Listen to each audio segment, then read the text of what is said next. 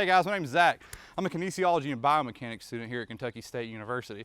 Today, I'm going to walk you through a kinesiology analysis of how to punt a football. Let's get into it. Today we will be breaking down the kinesiology and biomechanics of a football punt. Punting a football primarily takes place within the sagittal plane. I will walk you through each of the four phases and how each joint's action and primer muscles work. The four phases are as follows: the walk-up, the backswing, the forward kick, and the follow-through. Phase 1 begins with the walk-up.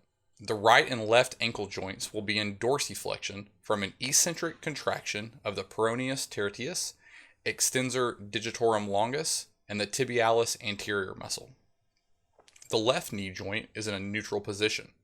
The right knee joint is an extension due to a concentric contraction of the quadriceps femoris group, the rectus femoris, the vastus lateralis, the vastus medialis, and the vastus intermedius. The right hip joint is in flexion due to a concentric contraction of the iliopsoas, the iliacus, and the psoas, the pectineus, the rectus femoris, and the sartorius. The left hip joint is in extension due to a concentric contraction of the gluteus maximus, the biceps femoris, the semitenosus, the semibraminosus, and the external rotators. Phase 2 transitions into the backswing. The right and left ankle joints are both in planar flexion due to the concentric contraction of the soleus, the peroneus longus, the peroneus brevis, and the tibialis posterior muscle, the flexor digitorum longus, the flexor hallucinus longus muscle. The right and left knee joints are both in flexion due to a concentric contraction of the hamstring muscle group, the semitenosus, the semibraminosus, and the biceps femoris. The right and left hip joints are in flexion due to a concentric contraction of the iliopsoas, the iliacus, the psoas, the pectineus, the rectus femoris, and the sartorius. Phase 3 begins the forward kick. The right and left ankle joints will be in planar flexion due to a concentric contraction of the soleus, the peroneus longus, the peroneus brevis, the tibialis posterior muscle, the flexor digitorum longus, the flexor hallucis longus. The right knee joint will be in flexion due to a concentric contraction of the hamstring muscle group, the semitenosus, the semibraminosus, and the biceps femoris.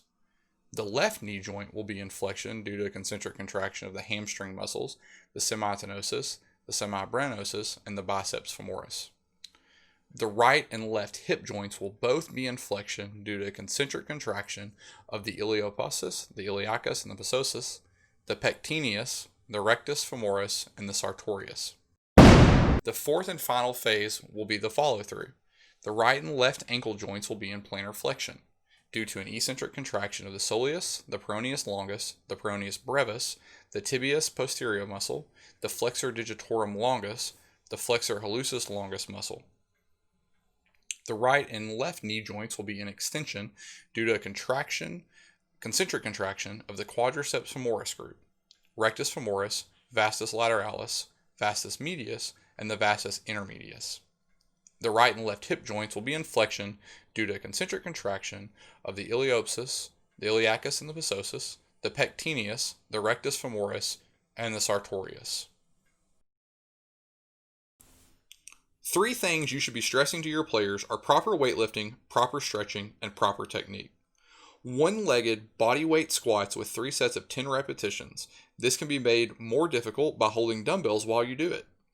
Kettlebell swings, 3 sets of 25 repetitions, focusing on hip explosion. And single leg straight deadlift, 3 sets of 10 repetitions on each leg, will help you increase your game as a punter as well as power and muscle composition. The next thing I would focus on would be proper stretching, and you must focus on stretching out the lower extremities and the hip flexors. This stretching will allow you to be more fluid and less prone to injury. Last but not least will be the focus on technique. Proper technique can improve your punting ability more than any of the 3 as long as you focus on it. Hey guys, I hope those 4 phases help you have a better understanding of the kinesiology and biomechanics and breaking down a punt. Thank you all for hanging out with us.